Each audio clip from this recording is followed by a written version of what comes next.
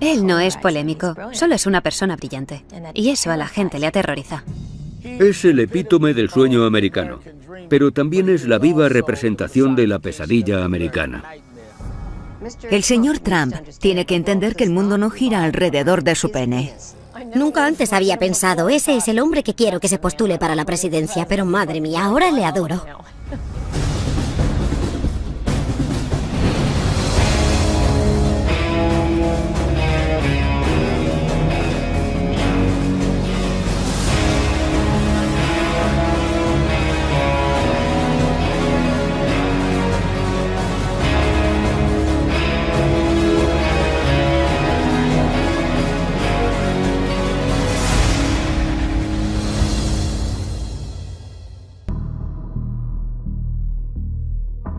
Cuando conocí a Donald Trump, estábamos en sus oficinas en el edificio Trump Tower, y lo primero que hizo fue enseñarme su despacho y me mostró todas las portadas de revistas de él mismo que tenía enmarcadas y colgadas en la pared. Debemos comprender que Donald Trump tiene una imagen muy cinemática de sí mismo. Lo que más le gusta hacer es sentarse en el sofá de su casa a ver películas y comer hamburguesas. Antes de meterse en el mercado inmobiliario, se planteó invertir en la industria cinematográfica.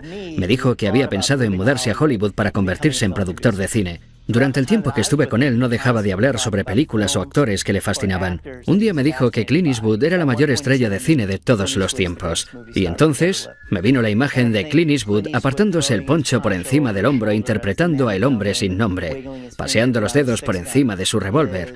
Así es como Donald Trump se ve a sí mismo. Por eso, entrecierra los ojos. Creo que ha practicado la mirada de Clint Eastwood 1 millón de veces frente al espejo. Y se imagina a sí mismo llevando a cabo el rodaje de una película producida por Trump, dirigida por Trump y escrita por Trump. Se titularía La vida de Trump.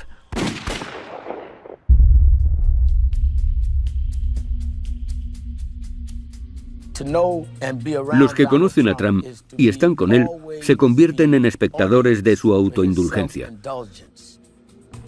Una vez viajé en helicóptero con Don King y Donald Trump y fue algo surrealista, porque me pasé todo el viaje callado, escuchando cómo se contaban el uno al otro lo grandiosos que eran. Y no lo digo como algo negativo, simplemente estaban promocionándose. Ni siquiera escuchaban lo que decía el otro, hablaban sin parar. Cuando llegamos a Atlantic City, dijo: sobrevolad el paseo marítimo, quiero que el reverendo Al vea mi imperio. Y entonces me dijo: soy el dueño de ese hotel y de ese otro. Y me enseñó una zona donde pensaba construir el Trump Taj Mahal. Junto al paseo había una zona subdesarrollada, mayoritariamente ocupada por afroamericanos, y le pregunté: ¿y qué impacto tendrá eso en sus vidas? No respondió a la pregunta, lo único que hacía era fanfarronear y hablar. Recuerdo cuando empezó a ser muy conocido dentro del movimiento Beatles. Él insistía en que Barack Obama había nacido en Kenia, con lo cual no estaba cualificado para ser presidente, porque según la Constitución, para serlo debe ser ciudadano estadounidense y haber nacido en el país. Donald Trump decía: no solo es extranjero, sino que es africano, no tiene derecho. Al final tuvimos una reunión con él en su despacho. Me dijo: no soy racista, simplemente tengo dudas sobre el presidente. Le pregunté: ¿qué dudas? Ya han demostrado claramente que nació en Hawái. Han presentado el certificado de nacimiento. No me lo creo, no podemos comprobar su autenticidad. ¿Comprobar su autenticidad? Le dije: señor Trump, usted está jugando con esta idea de que es diferente a nosotros y de que es africano. No ha hecho otra cosa más que divulgar acusaciones infundadas y gratuitas contra el presidente. Pero al final te das cuenta, así es Trump. Y siempre que te encuentres con él vas a recibir el mismo mensaje contradictorio. Por un lado, para algunos de sus simpatizantes, es el epítome del sueño americano. Pero también es la personificación de la pesadilla americana, porque es un tío que tiene todo el dinero del mundo, que puede hacer todo lo que quiera, pero no deja de atacar a los demás y es un resentido. Es como Archie Bunker de la serie All in the Family, pero con miles de millones de dólares. 1, 2, 3.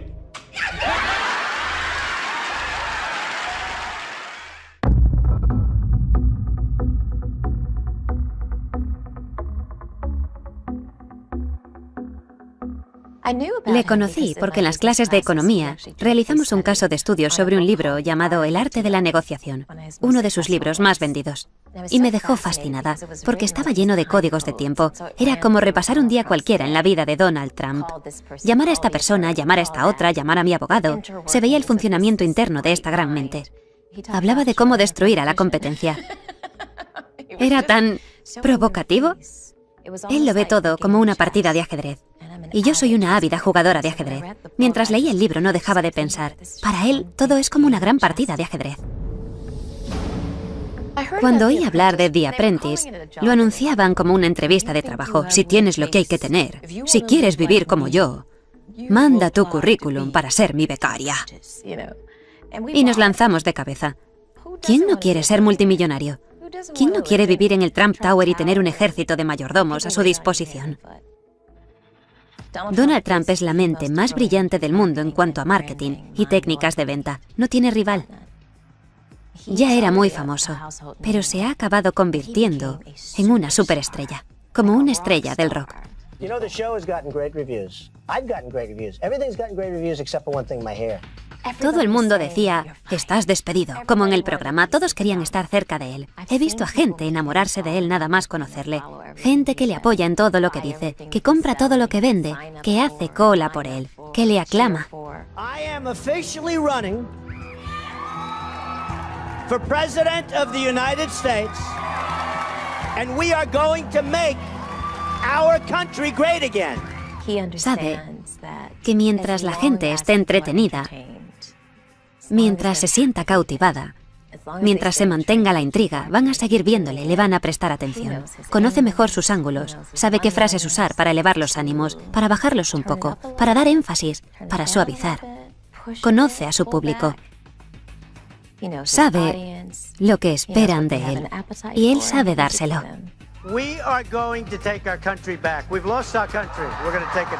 Se ha convertido en un icono cultural. Creo que se ha vuelto adicto. Cada vez quiere ser más famoso, porque nunca es suficiente. Wow. Get those teleprompters out of here. We're going to have some fun, right?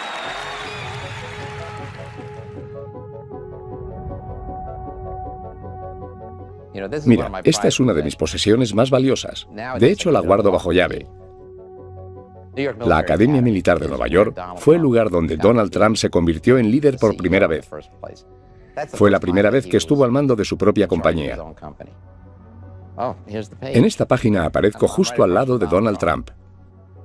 Si nos fijamos en esta fotografía del anuario, vemos que tiene una estrella a cada lado del cuello de la chaqueta. Eso es porque era un cadete condecorado.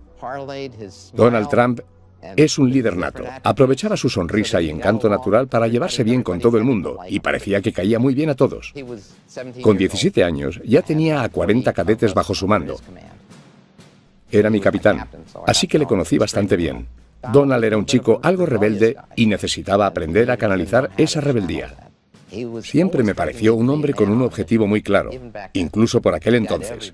Conseguía que todos cooperáramos para hacer lo que él quería. El sistema de valores que seguíamos era nunca mentir, engañar o robar a otros cadetes. Punto. No es que fuese una regla, era un código de honor que llevábamos dentro. Uno de los cadetes robó a otro. Le robó un mechero de gasolina. Se lo dije a Donald Trump y él dejó bien claro a todos que no quería que nadie hiciese nada, que nadie tomase represalias contra él, y todos le obedecimos. Donald le llevó a la oficina administrativa y expulsaron al cadete. Llevábamos una vida muy organizada. La corneta sonaba todos los días al alba. Teníamos que estar en formación 15 minutos después, listos para pasar revista. No podíamos ir a casa los fines de semana. Si teníamos suerte, nuestros padres venían a visitarnos el domingo y nos llevaban a comer fuera. Su madre y su padre venían a menudo. Eran estrictos pero cariñosos, especialmente su madre. Donald era muy conocido y muy querido. Se ganó el título de Casanova al final del año, y eso que ni siquiera había chicas en la escuela. He oído a Donald Trump decir que una de las mejores cosas que le han podido ocurrir en la vida es haber ido a NIMA, la Academia Militar de Nueva York. Los valores que asimilamos en ese entorno durante todo ese tiempo, sé que a Donald Trump le han marcado de por vida, al igual que a mí. El nudo de mi corbata es un doble Windsor. Es algo automático para nosotros. Es el nudo que hacíamos todos los días. Si Donald Trump lleva ahora mismo una corbata, la lleva con un doble Windsor. El Donald Trump que vemos hoy en la tele es el que ha sido siempre.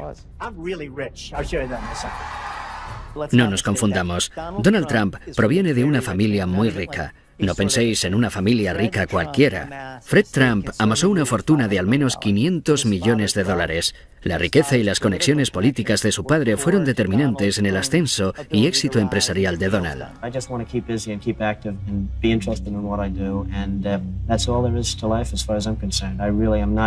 Looking to make tremendous amounts of money. I'm looking to enjoy my life, and if that happens to go with it, that's fabulous.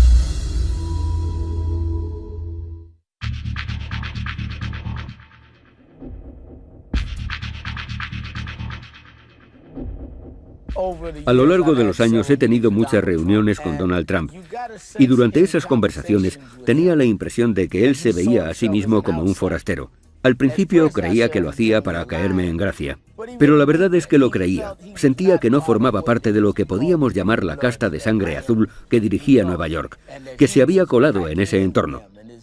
Y su dinero, su glamour y la fama de su nombre nunca le hizo sentir que formaba parte del gremio del mercado inmobiliario. Él se sentía como un tío Queens. Y no solo parecía querer colarse en ese mundo, sino también ridiculizarlo. Quería rebautizar todos los edificios con el nombre de Trump.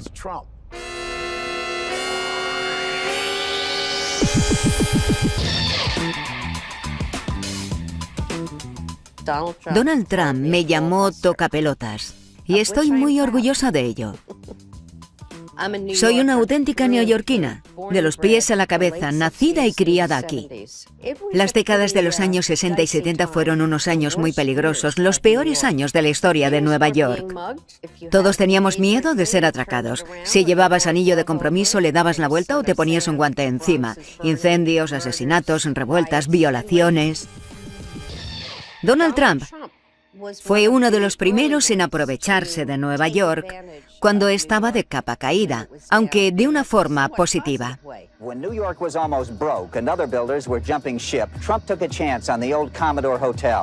Él entendió que Nueva York tenía problemas o que la cosa estaba a punto de cambiar y se lanzó de cabeza para aprovechar la oportunidad y hacer negocios. Entonces vino al West Side y se encontró con su propio Waterloo.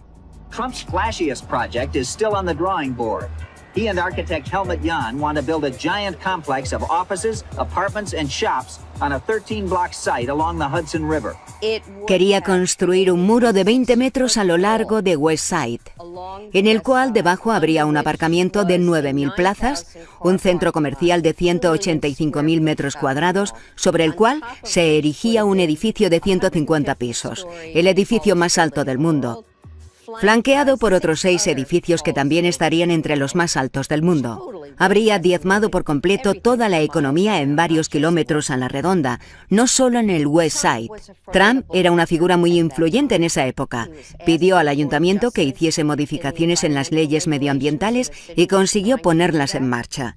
La idea de luchar contra Trump nació en la mesa de mi comedor, que es donde normalmente germinan las luchas populares. Organizábamos protestas, recogidas de firmas. Nos apoyaba Tony Randall, Paul Newman, Bill Moyers, Lauren Bacall. En un momento dado teníamos 7.000 miembros. No nos sentíamos intimidados por él ni anulados por su arrogancia. Teníamos una misión. Sabíamos lo que estábamos haciendo. Demandamos al ayuntamiento. Para ello, tuvimos que reunirnos con el gran Donald, que era tan arrogante como cabía esperar.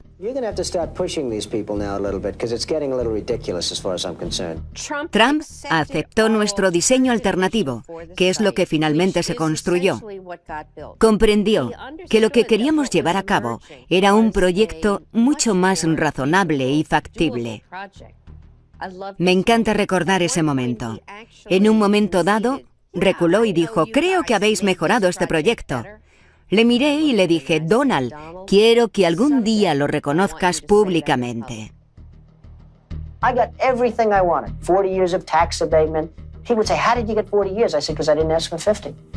Siempre le digo a todo el mundo que quiero que en mi epitafio diga: Donald Trump me llamó tocapelotas.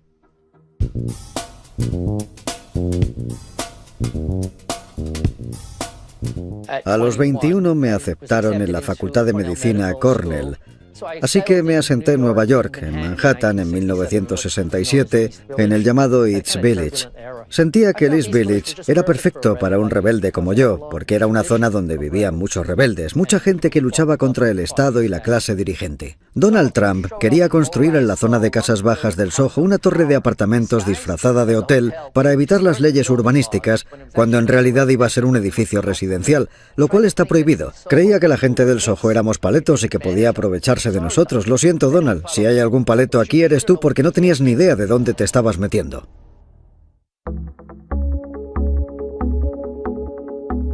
Nadie le impone nada a los vecinos de mi barrio. Nosotros somos los que decidimos qué queremos. Nadie puede decir qué es mejor para nosotros. Inmediatamente pusimos una demanda contra la construcción. Sabíamos que iba a ser un edificio residencial, no un hotel. ¿Quién compra apartamentos a $20.000 el metro cuadrado cuando hay una demanda interpuesta? Nadie, y así fue. Después de un tiempo no había vendido ni uno. De hecho, se inició la ejecución hipotecaria y se subastaron. Así que nos salimos con la nuestra. Queríamos un hotel y eso fue lo que conseguimos. Donald Trump no consiguió lo que quería, se quedó sin su edificio residencial. Solo consiguió quedarse en bancarrota. Trump, haz lo correcto. Sigue las leyes, no eres mejor que nadie.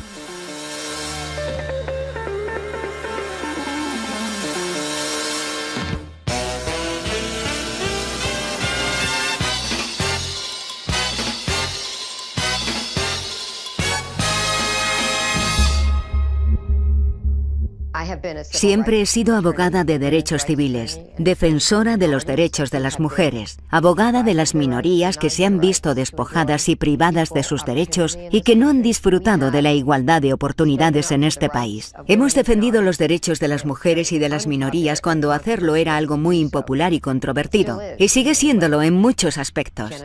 Jenna Talakova se inscribió en el concurso de belleza Miss Universo Canadá.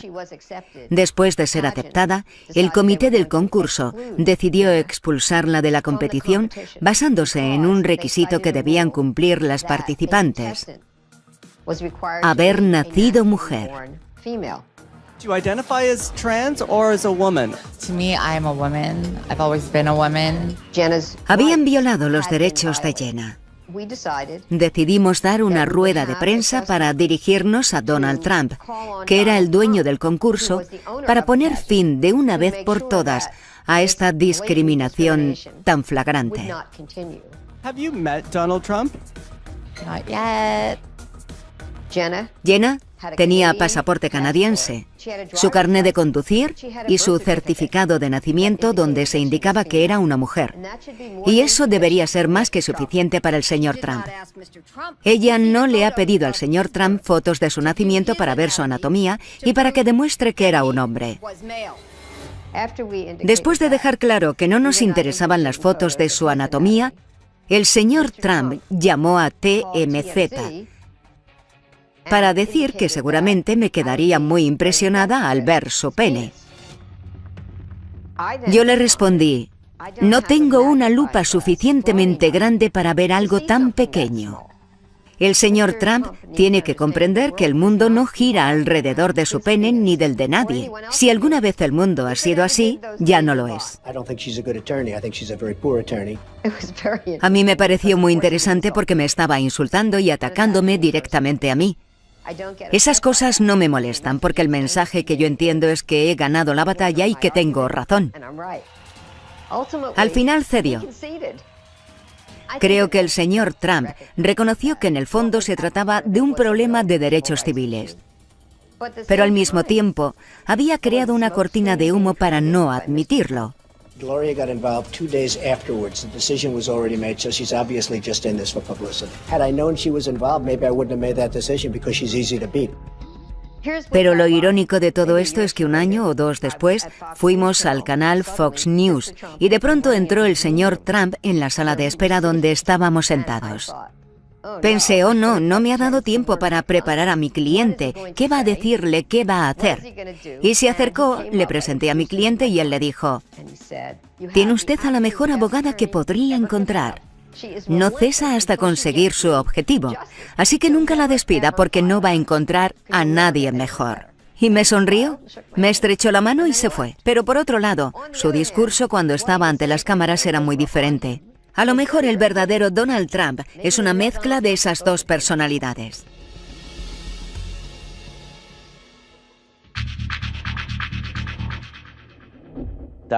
Donald Trump quería formar parte de la NFL y aprovechar un terreno muy bien cotizado que poseía en Manhattan. Donald pensó, a la NFL le vendría bien tener otro equipo en Nueva York, especialmente si jugase en Manhattan. La NFL no invitaba a Donald a entrar. La dirección de la NFL resistía sus esfuerzos de entrar en ese exclusivo club. En 1983 estaba a punto de inaugurarse una nueva liga de fútbol americano, la United States Football League. Donald tenía un juguete nuevo, un equipo de fútbol americano profesional. We now have strong ownership. The NFL, when it was most successful, had 6 teams. At its zenith, at its highest point, they had 6 teams. That's the number of teams that we should have. No hacía falta rebuscar mucho para darse cuenta de que tenía otros intereses, sus propios intereses. El objetivo de la USFL era jugar la liga durante la primavera, cuando era la única liga en funcionamiento, cuando no se juegan otros partidos de fútbol americano. Él irrumpió en la escena diciendo, si Dios quisiese que el fútbol se jugase en primavera, no habríamos inventado el béisbol. My attitude has always been the spring was a wasteland, and I came into this league on the basis and predicated on the fact that I thought the league would move to the fall, and they have. En los 80 solo había 3 cadenas y las 3 estaban ligadas a la NFL. La USFL había decidido trasladarse al otoño. Ninguna de las cadenas quería trabajar con ella, los estadios no estaban disponibles, ya no les quedaba dinero. Según se calculó, habían perdido unos $200 millones. Trump metió a la USFL en una demanda contra la NFL por haber violado los tratados antimonopolio.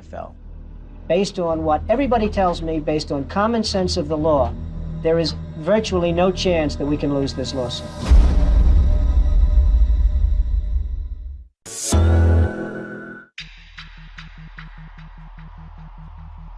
Sin duda la USFL ganó la batalla, pero perdió la guerra. El juez determinó que la NFL había violado las leyes antimonopolio, pero debido a la forma en la que se llevó el caso, consiguieron quedar como los pobres indefensos que tenían que luchar contra un gigante vestido con trajes de $5.000. Donald Trump quedó retratado como un abusón que quería quedarse con todo el pastel. El juez concedió $1 en compensación a la USFL. Como se trataba de un caso antimonopolio, la multa por daño se triplicó, así que se quedó en $3. Fue el final de la liga, ni más ni menos. En 2009, la ESPN lanzó una serie llamada 30 for 30, una serie de documentales pionera. Los ejecutivos de la ESPN me pidieron que dirigiera un episodio y les contesté, bueno, solo me interesa si puedo hacer un episodio que se llame ¿Quién mató a la USFL? Ya sabéis a quién me refiero. Estuve detrás de Donald, pero se me resistió. Tenía un intermediario muy protector. Le mandaba cartas, emails, le llamaba constantemente, pero no obtuve ninguna respuesta. Después me pidieron hacer una entrevista para una serie llamada Sport Business Journal. Curiosamente, mi teléfono sonó al día siguiente y era el intermediario. Me dijo, el señor Trump está listo para recibirle.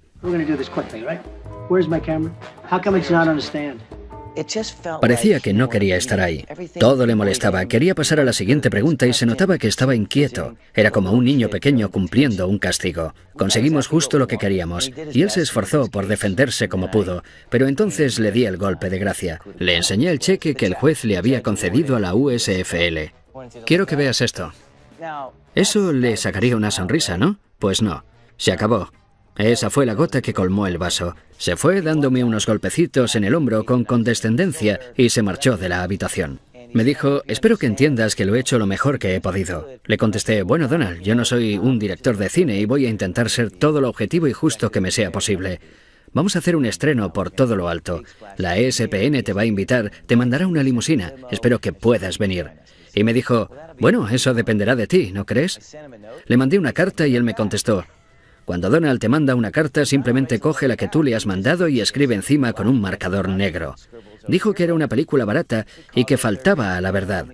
Terminó diciendo mucha suerte. Firmado Donald Trump. Postdata, eres un pringado.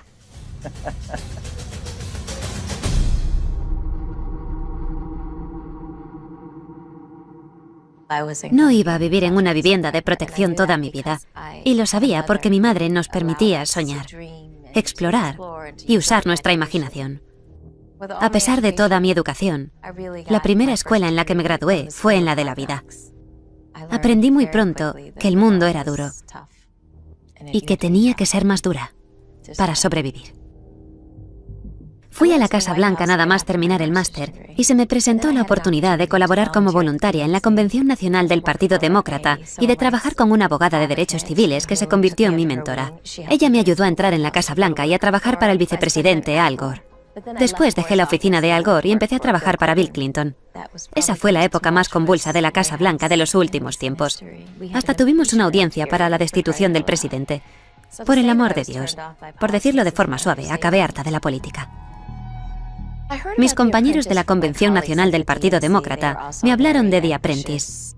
Ellos también eran muy ambiciosos y me comentaron que había un nuevo programa que Donald Trump iba a hacer con Mark Burney.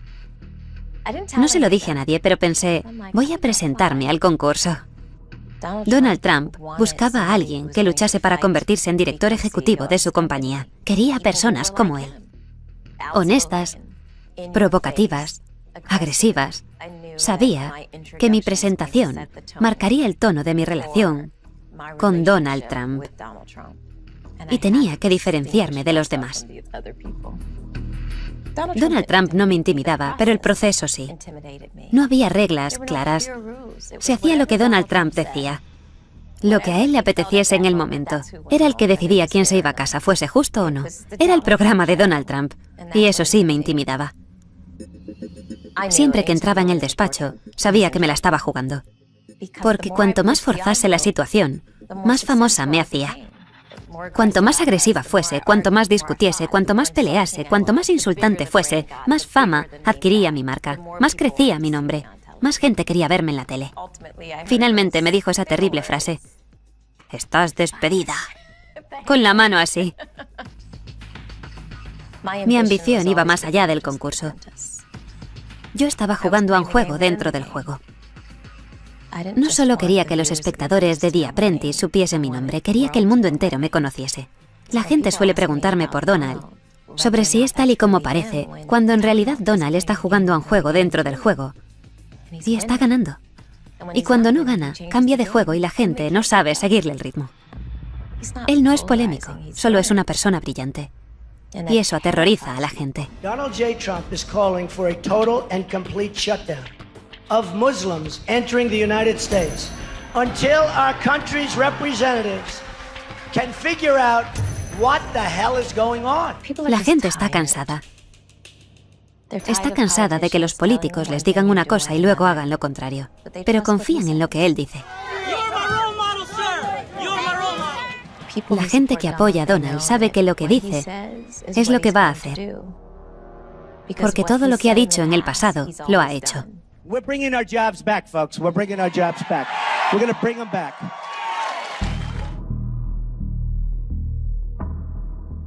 Trump es la estrella de carne y hueso que estábamos esperando. Cuando veo a Donald Trump, veo muchas más cosas y a mucha gente le pasa lo mismo. Pero desde que empezó a postularse para la presidencia, le he visto desde un prisma completamente nuevo. No imaginaba que pudiese convertirse en un candidato serio hasta que dio el discurso de los violadores mexicanos. When Mexico sends its people, they're not sending their best.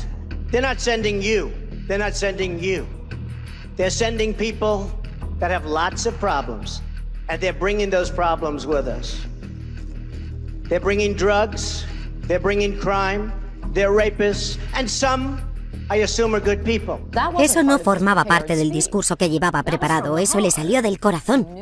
Yo sabía que en cuanto un candidato empezase a anteponer los intereses de Estados Unidos a los de los extranjeros y a los de algunos plutócratas, ascendería meteóricamente en los sondeos. Llevo mucho tiempo rogándoles a los candidatos presidenciales republicanos, literalmente rogándoles, que incluyan el problema de la inmigración, y nunca me han hecho caso.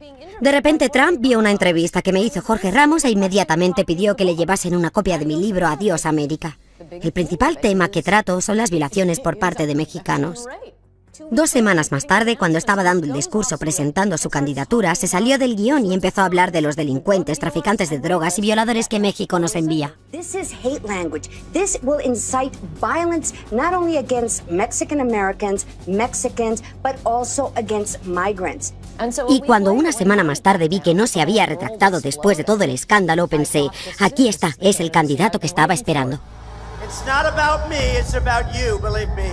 This is a movement.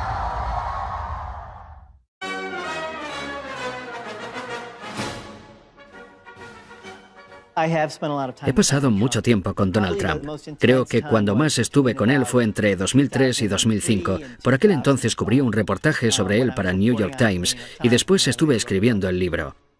Trump Nation habla de cómo el autobombo le da ventaja, a menudo a costa de mentir sobre sus logros reales, y de cómo estampar su nombre sobre todo tipo de objetos, desde vodka hasta colchones, pasando por ropa interior y rascacielos, es una señal de éxito.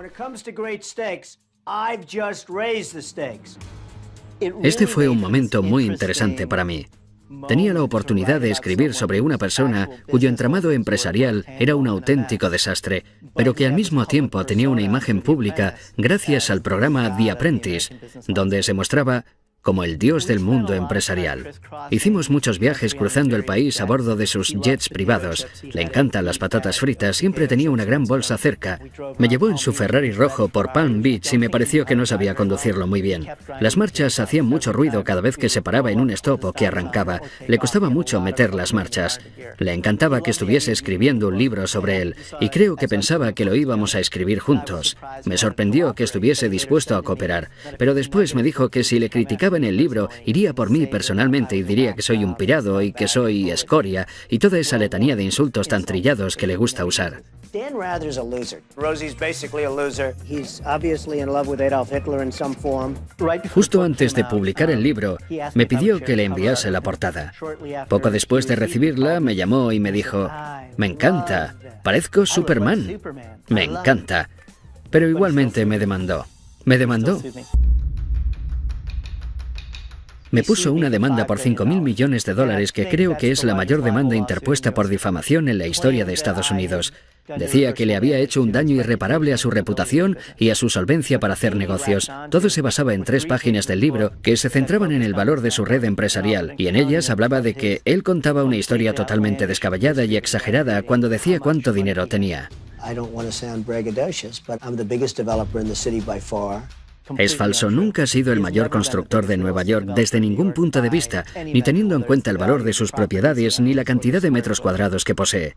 Yo estaba dispuesto a llevar a juicio la veracidad de los hechos de mi libro. Creo que él pensaba que mi editorial se iba a echar atrás. Cuando superó el shock inicial de saber que íbamos a litigar con todas nuestras armas contra él, se dio cuenta de que, como me estaba demandando por supuestamente mentir sobre su riqueza, tendría que enseñarnos todos los recibos de sus impuestos y sus libros de cuentas, y evidentemente nunca los había hecho públicos. Durante el juicio presentamos un recuento del valor de su red empresarial elaborado por uno de sus bancos. Deutsche Bank había valorado su entramado empresarial en 2005 en unos $788 millones, y por aquel entonces él iba diciendo que tenía una fortuna de entre $5.000 y $6.000 millones. Al final contratamos a uno de los mejores abogados de Estados Unidos. Este le preguntó a Donald cómo había estimado el valor de su red empresarial. Y la respuesta de Donald fue básicamente, bueno, depende de cómo me sienta. Depende de cómo me sienta cada día y sobre todo depende de cómo me vea a mí mismo. Le plantamos cara a Donald, le quitamos la máscara para mostrar cómo era en realidad y perdió. Creo que su autoestima y su identidad están demasiado envueltas en esta fantasía de ser un megamillonario. Y en el fondo es una persona tan insegura que si no se muestra como una de las personas que merecen estar entre los 100 o los 200 primeros de la lista Forbes, no es nadie.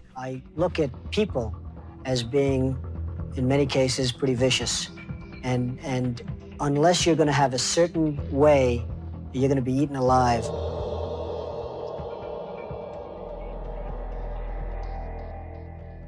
Politicians are supposed to make a lot of promises they don't intend to keep.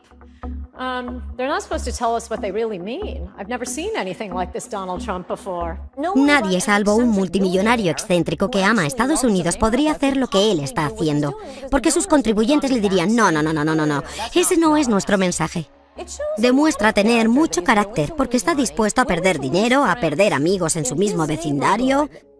No está tomando una decisión muy popular.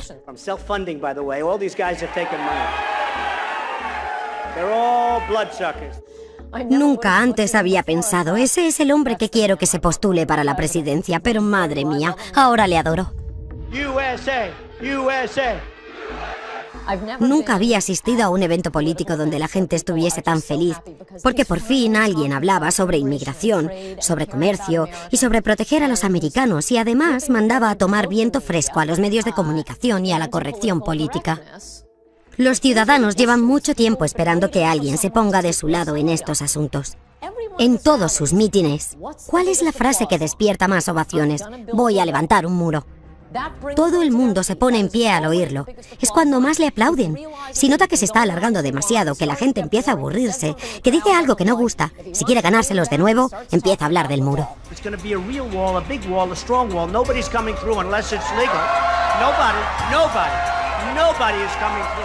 Y los medios de comunicación no quieren hablar de estos temas, simplemente dicen, ¿por qué gusta tanto? No lo entendemos.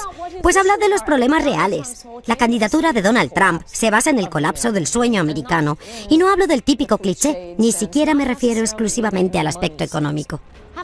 Tener un trabajo es importante, el respeto por uno mismo es importante. Preocuparnos por nuestra familia, por nuestra ciudad, por nuestro país, en lugar de preocuparnos por el resto del mundo. Es totalmente imperdonable que ningún partido defienda todo esto. Y Trump ha llegado diciendo, voy a poner a los Estados Unidos en primer lugar. ¿Esa es su idea revolucionaria? ¿Y nadie es capaz de competir contra él?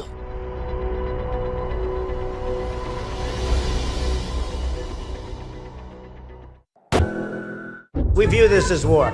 Don't we view this as war? It's war.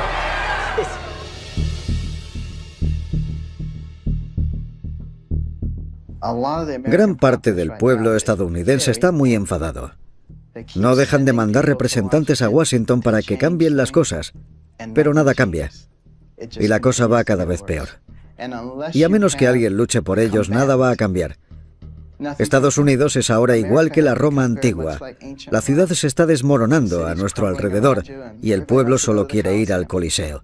Estamos en ese punto y Donald Trump resulta que lo ha comprendido. Muchos dicen que tiene que cambiar esa actitud y tiene que empezar a comportarse como un presidente. Pero lo cierto es que estamos siendo testigos de un combate de lucha libre y si no sabes comunicarte con el público de la lucha libre, no vas a llegar a ninguna parte. Da igual lo lógicos que sean tus argumentos. The world laughs at us. They won't be laughing if I'm president. Creo que el objetivo final de Donald Trump, cuando empezó a postularse para presidente, era desarrollar y afianzar influencias políticas y ganar más poder. Y creo que en algún momento, al ver todas esas masas y toda esa gente apoyándole, empezó a pensar, puedo ganar estas elecciones. Pero en el fondo no estoy convencido de que quiera ser presidente. Creo que si un día se despertase y tuviese que dirigir el país, para él sería una auténtica pesadilla, porque ni siquiera sabe dirigir su negocio correctamente. No es un buen director, pero es un promotor excepcional, y no tiene que dirigir nada mientras que sea capaz de seguir jugando con humo y espejos. Y él sabe jugar con ellos mejor que nadie que yo conozca.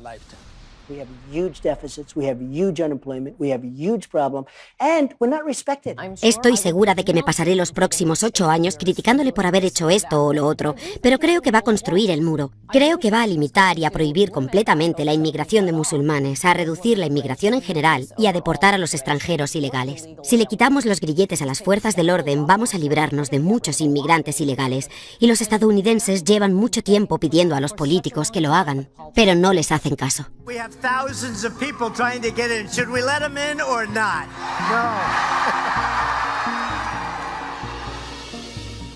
No me importa cuántas propiedades lleven su nombre.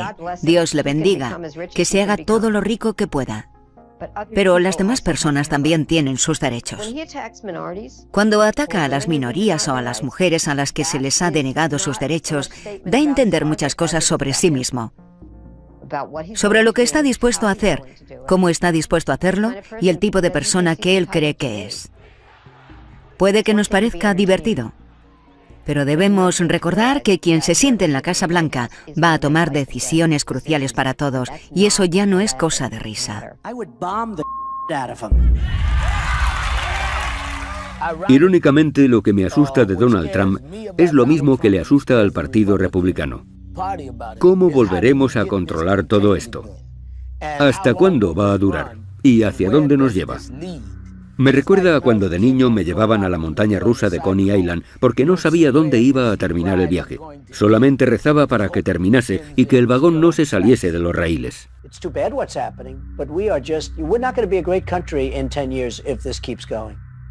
La gente siempre me pregunta, si Donald ganara, ¿te irías con él a trabajar a la Casa Blanca? Y les digo, por supuesto.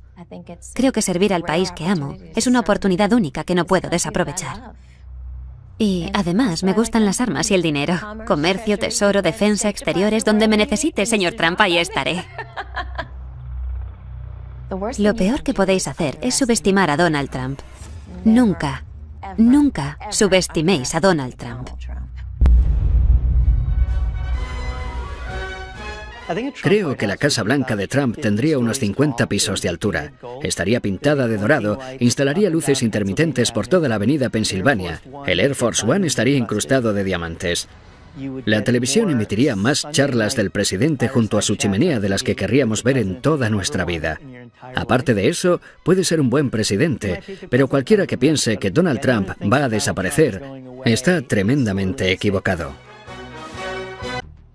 Me encanta recordar ese momento. En un momento dado, reculó y dijo, creo que habéis mejorado este proyecto. Le miré y le dije, Donald, quiero que algún día lo reconozcas públicamente. I got everything I wanted. 40 years of tax abatement.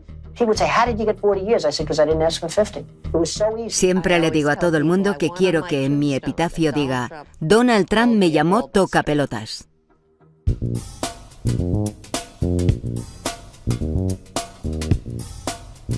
A los 21 me aceptaron en la Facultad de Medicina Cornell. Así que me asenté en Nueva York, en Manhattan, en 1967, en el llamado East Village. Sentía que el East Village era perfecto para un rebelde como yo, porque era una zona donde vivían muchos rebeldes, mucha gente que luchaba contra el Estado y la clase dirigente. Donald Trump quería construir en la zona de casas bajas del Soho una torre de apartamentos disfrazada de hotel para evitar las leyes urbanísticas, cuando en realidad iba a ser un edificio residencial, lo cual está prohibido. Creía que la gente del Soho éramos paletos y que podía aprovecharse de nosotros. Lo siento, Donald, si hay algún paleto aquí eres tú porque no tenías ni idea de dónde te estabas metiendo.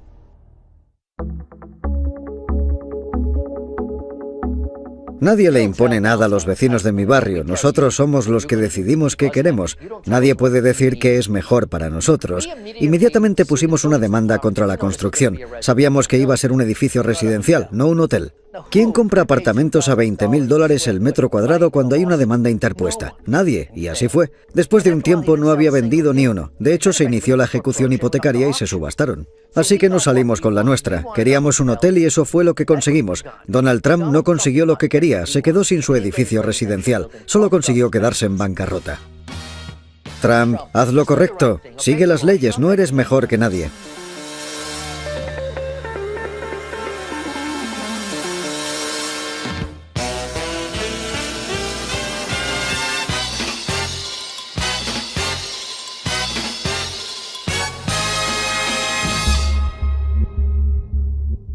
Siempre he sido abogada de derechos civiles, defensora de los derechos de las mujeres, abogada de las minorías que se han visto despojadas y privadas de sus derechos y que no han disfrutado de la igualdad de oportunidades en este país. Hemos defendido los derechos de las mujeres y de las minorías cuando hacerlo era algo muy impopular y controvertido, y sigue siéndolo en muchos aspectos. Jenna Talakova se inscribió en el concurso de belleza Miss Universo Canadá. Después de ser aceptada, el comité del concurso decidió expulsarla de la competición basándose en un requisito que debían cumplir las participantes. haber nacido mujer. To identify as trans or as a woman. Que dice algo que no gusta. Si quiere ganárselos de nuevo, empieza a hablar del muro. It's going to be a real wall, a big wall, a strong wall. Nobody's coming through unless it's legal. Nobody is coming through. Y los medios de comunicación no quieren hablar de estos temas. Simplemente dicen, ¿por qué gusta tanto? No lo entendemos. Pues hablad de los problemas reales. La candidatura de Donald Trump se basa en el colapso del sueño americano. Y no hablo del típico cliché, ni siquiera me refiero exclusivamente al aspecto económico. Tener un trabajo es importante. El respeto por uno mismo es importante. Preocuparnos por nuestra familia, por nuestra ciudad, por nuestro país, en lugar de preocuparnos por el resto del mundo. Es totalmente imperdonable que ningún partido defienda todo esto. Y Trump ha llegado diciendo, voy a poner a los Estados Unidos en primer lugar. ¿Esa es su idea revolucionaria? ¿Y nadie es capaz de competir contra él?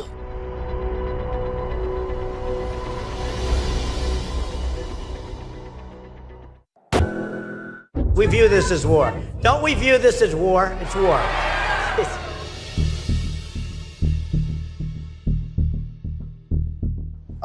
Gran parte del pueblo estadounidense está muy enfadado. No dejan de mandar representantes a Washington para que cambien las cosas, pero nada cambia. Y la cosa va cada vez peor. Y a menos que alguien luche por ellos, nada va a cambiar. Estados Unidos es ahora igual que la Roma antigua. La ciudad se está desmoronando a nuestro alrededor y el pueblo solo quiere ir al Coliseo. Estamos en ese punto y Donald Trump resulta que lo ha comprendido. Muchos dicen que tiene que cambiar esa actitud y tiene que empezar a comportarse como un presidente. Pero lo cierto es que estamos siendo testigos de un combate de lucha libre y si no sabes comunicarte con el público de la lucha libre, no vas a llegar a ninguna parte. Da igual lo lógicos que sean tus argumentos. The world laughs at us. They won't be laughing if I'm president. Creo que el objetivo final de Donald Trump, cuando empezó a postularse para presidente, era desarrollar y afianzar influencias políticas y ganar más poder. Y creo que en algún momento, al ver todas esas masas y toda esa gente apoyándole, empezó a pensar, puedo ganar estas elecciones. Pero en el fondo no estoy convencido de que quiera ser presidente. Creo que si un día se despertase y tuviese que dirigir el país, para él sería una auténtica pesadilla, porque ni siquiera sabe dirigir su negocio correctamente. No es un buen director, pero es un promotor excepcional, y no tiene que dirigir nada mientras que sea capaz de seguir jugando con humo y espejos. Y él sabe jugar con ellos mejor que nadie que yo conozca. We have huge deficits, we have huge unemployment, we have huge problem, and we're not respected. Si nota que se está alargando demasiado, que la gente empieza a aburrirse, que dice algo que no gusta, si quiere ganárselos de nuevo, empieza a hablar del muro. It's going to be a real wall, a big wall, a strong wall. Nobody's coming through unless it's legal. Nobody is coming through. Y los medios de comunicación no quieren hablar de estos temas, simplemente dicen, ¿por qué gusta tanto? No lo entendemos.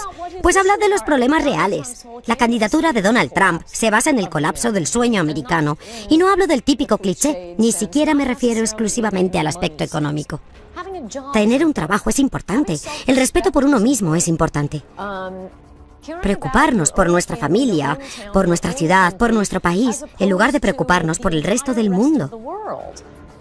Es totalmente imperdonable que ningún partido defienda todo esto. Y Trump ha llegado diciendo, voy a poner a los Estados Unidos en primer lugar. ¿Esa es su idea revolucionaria? ¿Y nadie es capaz de competir contra él?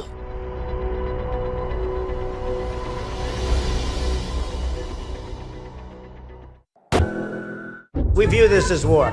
Don't we view this as war? It's war.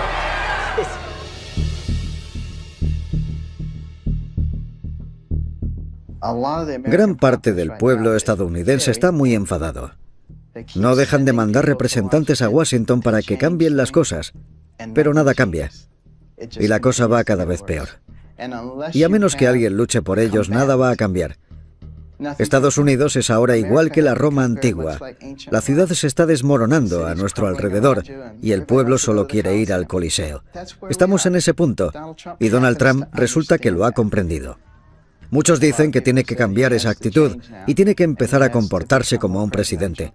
Pero lo cierto es que estamos siendo testigos de un combate de lucha libre, y si no sabes comunicarte con el público de la lucha libre, no vas a llegar a ninguna parte. Da igual lo lógicos que sean tus argumentos. The world laughs at us. They won't be laughing if I'm president. Creo que el objetivo final de Donald Trump, cuando empezó a postularse para presidente, era desarrollar y afianzar influencias políticas y ganar más poder. Y creo que en algún momento, al ver todas esas masas y toda esa gente apoyándole, empezó a pensar, puedo ganar estas elecciones. Pero en el fondo no estoy convencido de que quiera ser presidente. Creo que si un día se despertase y tuviese que dirigir el país, para él sería una auténtica pesadilla, porque ni siquiera sabe dirigir su negocio correctamente. No es un buen director, pero es un promotor excepcional, y no tiene que dirigir nada mientras que sea capaz de seguir jugando con humo y espejos. Y él sabe jugar con ellos mejor que nadie que yo conozca. Proceso sí. No había reglas claras. Se hacía lo que Donald Trump decía. Lo que a él le apeteciese en el momento. Era el que decidía quién se iba a casa, fuese justo o no. Era el programa de Donald Trump. Y eso sí me intimidaba. Siempre que entraba en el despacho, sabía que me la estaba jugando. Porque cuanto más forzase la situación, más famosa me hacía. Cuanto más agresiva fuese, cuanto más discutiese, cuanto más pelease, cuanto más insultante fuese, más fama adquiría mi marca, más crecía mi nombre, más gente quería verme en la tele. Finalmente me dijo esa terrible frase: «Estás despedida», con la mano así.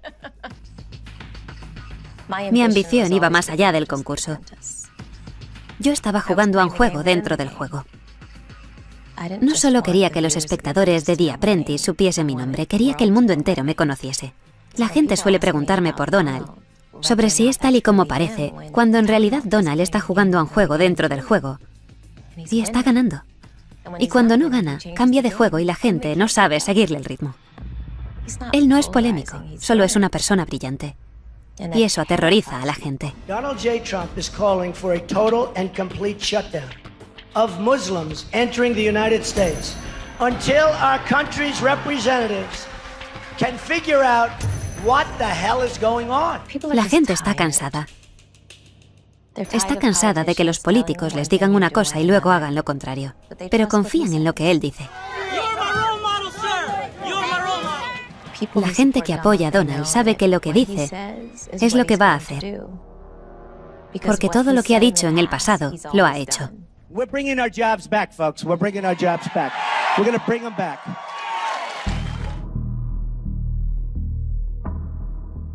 Trump es la estrella de carne y hueso que estábamos esperando.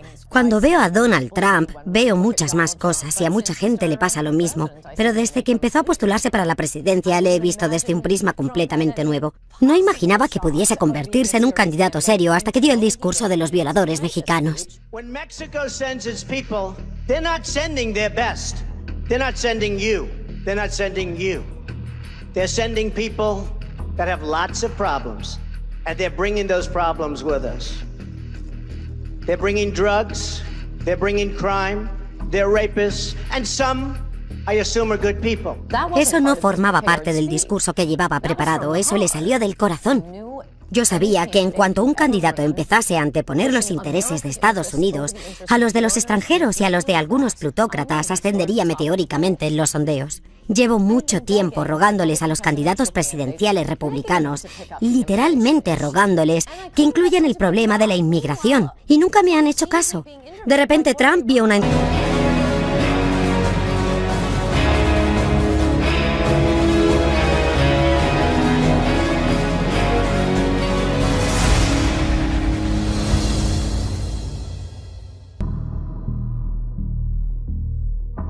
Cuando conocí a Donald Trump, estábamos en sus oficinas en el edificio Trump Tower, y lo primero que hizo fue enseñarme su despacho y me mostró todas las portadas de revistas de él mismo que tenía enmarcadas y colgadas en la pared.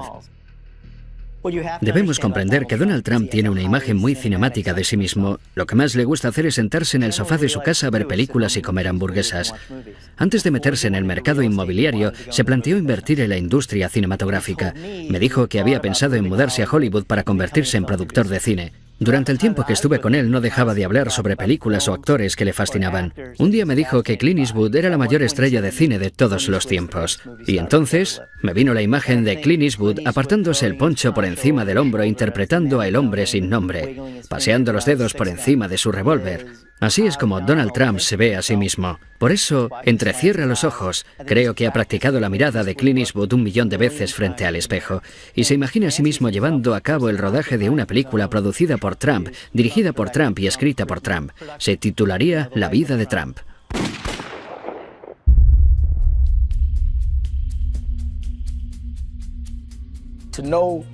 Los que conocen a Trump y están con él se convierten en espectadores de su autoindulgencia. Una vez viajé en helicóptero con Don King y Donald Trump y fue algo surrealista, porque me pasé todo el viaje callado, escuchando cómo se contaban el uno al otro lo grandiosos que eran. Y no lo digo como algo negativo, simplemente estaban promocionándose. Ni siquiera escuchaban lo que decía el otro, hablaban sin parar. Cuando llegamos a Atlantic City, dijo: sobrevolad el paseo marítimo, quiero que el reverendo Al vea mi imperio. Y entonces me dijo: soy el dueño de ese hotel y de ese otro, y me enseñó una zona donde pensaba construir el Trump Taj Mahal. Junto al paseo había una zona subdesarrollada, mayoritariamente ocupada por afroamericanos, y le pregunté: ¿y qué impacto tendrá eso en sus vidas? No respondió a la pregunta, lo único que hacía era fanfarronear y hablar. Recuerdo cuando empezó a ser muy conocido dentro del movimiento Beatles. Él insistía en que Barack Obama había nacido en Kenia, con lo cual no estaba cualificado para ser presidente, porque según la Constitución, para serlo debe ser ciudadano estadounidense y haber nacido en el país. Donald Trump decía: no solo es extranjero, sino que es africano, no tiene derecho.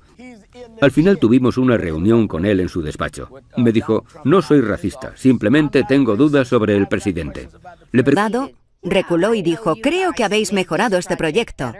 Le miré y le dije: Donald, quiero que algún día lo reconozcas públicamente. I got everything I wanted. 40 years of tax abatement.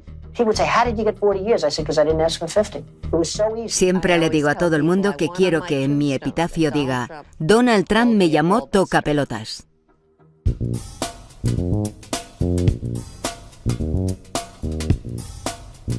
A los 21 me aceptaron en la Facultad de Medicina Cornell.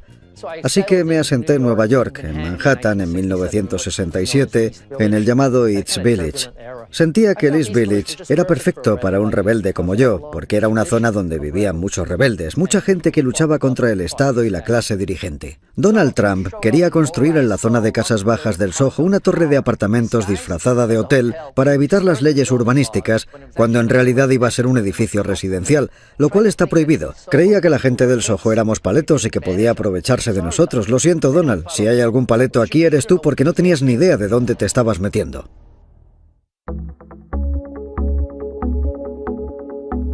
Nadie le impone nada a los vecinos de mi barrio. Nosotros somos los que decidimos qué queremos. Nadie puede decir qué es mejor para nosotros.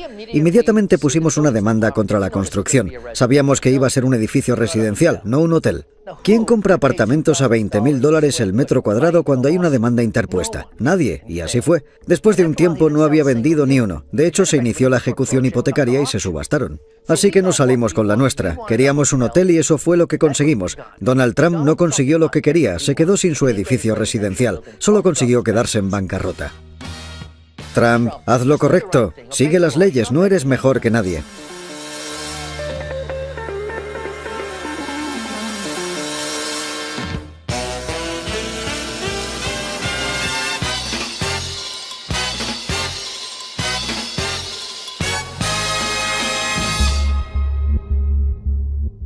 Siempre he sido abogada de derechos civiles, defensora de los derechos de las mujeres, abogada de las minorías que se han visto despojadas y privadas de sus derechos y que no han disfrutado de la igualdad de oportunidades en este país. Hemos defendido los derechos de las mujeres y de las minorías cuando hacerlo era algo muy impopular y controvertido, y sigue siéndolo en muchos aspectos.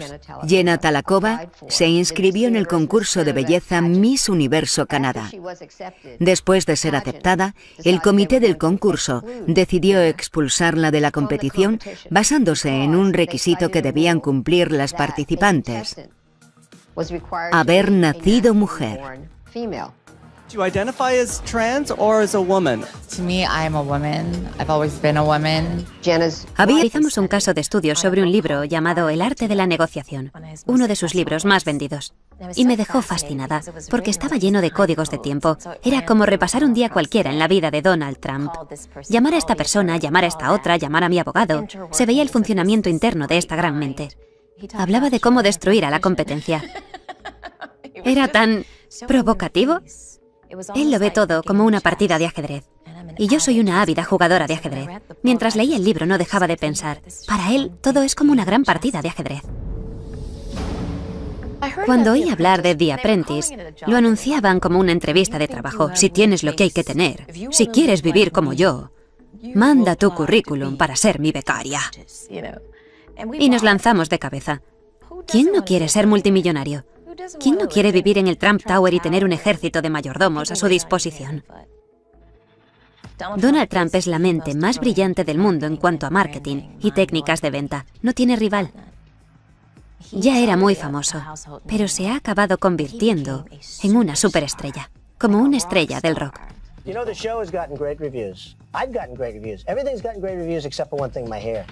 Todo el mundo decía, estás despedido, como en el programa. Todos querían estar cerca de él. He visto a gente enamorarse de él nada más conocerle. Gente que le apoya en todo lo que dice, que compra todo lo que vende, que hace cola por él, que le aclama. I am officially running for President of the United States, and we are going to make our country great again. Sabe que mientras la gente esté entretenida, mientras se sienta cautivada, mientras se mantenga la intriga, van a seguir viéndole, le van a prestar atención. Conoce mejor sus ángulos, sabe qué frases usar para elevar los ánimos, para bajarlos un poco, para dar énfasis, para suavizar. Conoce a su público. Sabe lo que esperan de él y él sabe dárselo.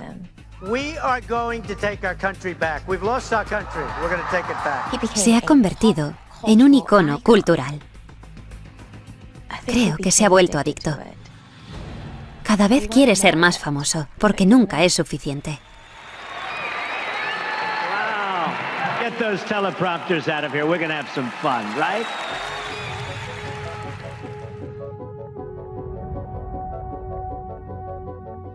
Mira, esta es una de mis posesiones más valiosas. De hecho, la guardo bajo llave. La Academia Militar de Nueva York fue el lugar donde Donald Trump se convirtió en líder por primera vez. Fue la primera vez que estuvo al mando de su propia compañía. En esta página aparezco justo al lado de Donald Trump. Si nos fijamos en esta fotografía del anuario, vemos que tiene una estrella. El nudo de mi corbata es un doble Windsor. Es algo automático para nosotros. Es el nudo que hacíamos todos los días. Si Donald Trump lleva ahora mismo una corbata, la lleva con un doble Windsor. El Donald Trump que vemos hoy en la tele es el que ha sido siempre. No nos confundamos. Donald Trump proviene de una familia muy rica. No penséis en una familia rica cualquiera. Fred Trump amasó una fortuna de al menos 500 millones de dólares. La riqueza y las conexiones políticas de su padre fueron determinantes en el ascenso y éxito empresarial de Donald.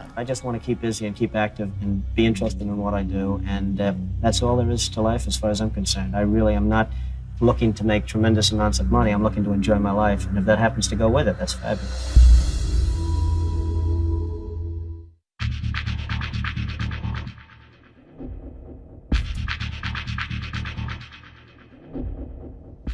A lo largo de los años he tenido muchas reuniones con Donald Trump y durante esas conversaciones tenía la impresión de que él se veía a sí mismo como un forastero. Al principio creía que lo hacía para caerme en gracia, pero la verdad es que lo creía. Sentía que no formaba parte de lo que podíamos llamar la casta de sangre azul que dirigía Nueva York, que se había colado en ese entorno. Y su dinero, su glamour y la fama de su nombre nunca le hizo sentir que formaba parte del gremio del mercado inmobiliario. Él se sentía como un tío Queens, Y no solo parecía querer colarse en ese mundo, sino también ridiculizarlo. Quería rebautizar todos los edificios con el nombre de Trump.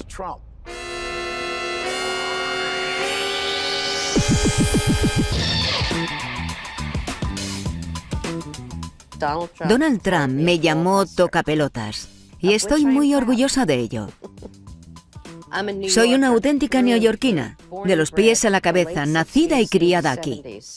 Las décadas de los años 60 y 70 fueron unos años muy peligrosos, los peores años de la historia de Nueva York. Todos teníamos miedo de ser atracados. Si llevabas anillo de compromiso, le dabas la vuelta o te ponías un guante encima. Incendios, asesinatos, revueltas, violaciones. Donald Trump fue uno de los primeros en aprovecharse de Nueva York cuando estaba de capa caída, aunque de una forma positiva.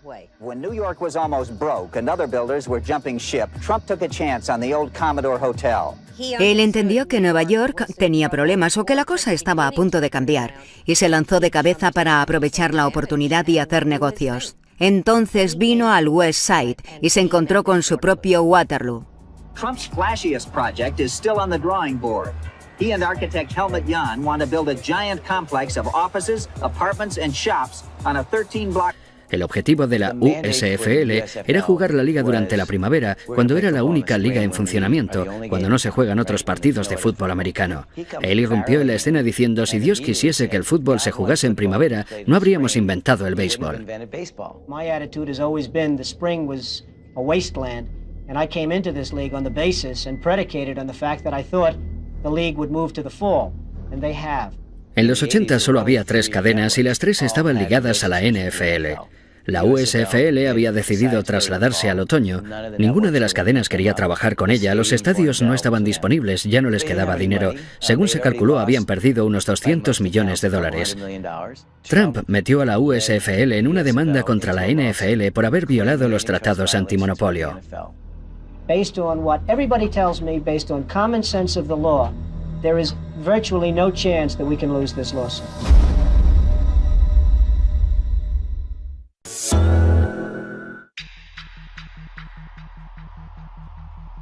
Sin duda la USFL ganó la batalla, pero perdió la guerra.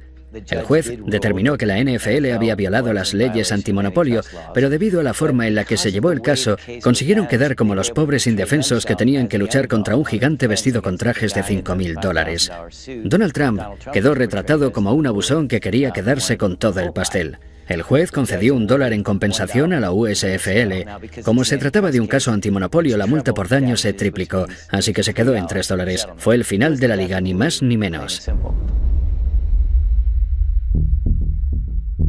En 2009, la ESPN lanzó una serie llamada 30 for 30, una serie de documentales pionera.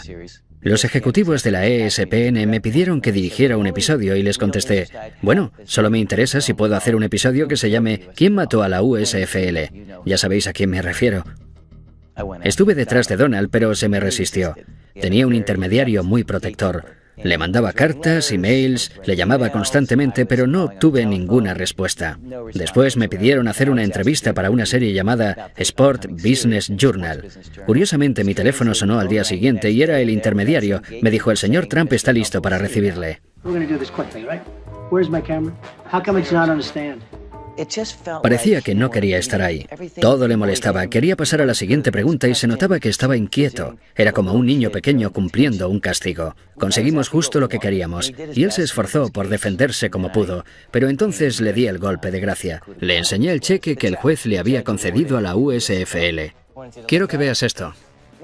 Eso le sacaría una sonrisa, ¿no? Pues no. Se acabó. Esa fue la gota que colmó el vaso. Se fue dándome unos golpecitos en el hombro con condescendencia y se marchó de la habitación. Me dijo: espero que entiendas que lo he hecho lo mejor que he